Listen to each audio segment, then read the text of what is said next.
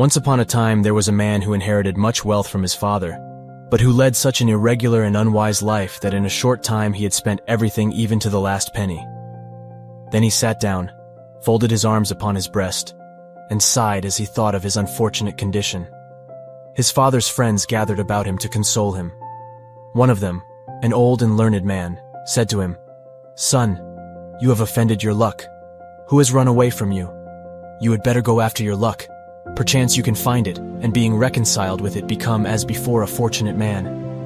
The man had once set out and traveled mountains and plains in search of his luck. One night he saw in his dreams that his luck was a human being like himself, who had fallen upon his face on the top of a high mountain, saying and beating his breast all the time, just as he himself had done.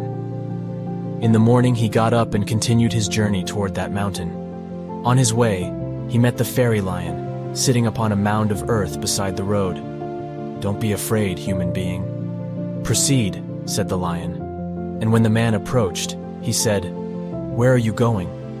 "I am going to find my luck," said the man. "Good," said the lion. "Your luck is very wise. Ask him what is the remedy for my disease. I have been an invalid for 7 years. If you find the right remedy, I will reward you." "Very well," said the man, and went on his way. Soon he came to a very beautiful orchard full of all kinds of fruits. He picked some of the fruits and began to eat, but lo, that were all bitter. Thereupon the garden I came and asked where he was going. "I am going to find my luck," said the man. "Please ask your luck," said the gardener. "What is the remedy for my orchard? By grafted my plants." But it was of no use. I cut down the old trees and planted new ones, but neither did this avail. If your luck can devise some remedy, I will reward you bountifully. The man promised to ask his luck, and again went on his way. Soon he came to a magnificent palace, situated in a garden as beautiful as paradise, whose sole inhabitant was a beautiful maiden. "What man are you?" asked the maiden, seeing the man. "And why have you come?" The man told her his story. "You see," said the maiden, "I have this splendid palace and measure less wealth and property, but I have a grief which grows in my heart day and night, and I spend my life saying all the time, 'Please ask your luck about me, and if you bring me a device to make me happy, I promise to reward you beautifully.'" The man promised, and went on his way until he came to the mountaintop, where his luck had fallen on his face. He described to him his own unfortunate condition, and poured out all his grievances. His luck listened to him attentively, and said, "Everything may yet be well, seeing that you have come so far in search of me."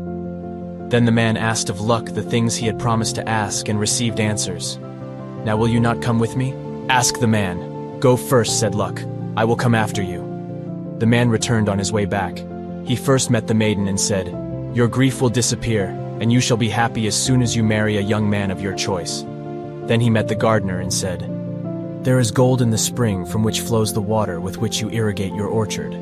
The plants suck up particles of gold, which causes the fruits to be bitter. You must either irrigate your, or charge by the water of some other spring, or take away the gold from the present fountain. Then your fruits will be sweet." Then he came to the fairy lane, and told him how he had seen his luck, and what messages he had brought to the maiden and to the gardener.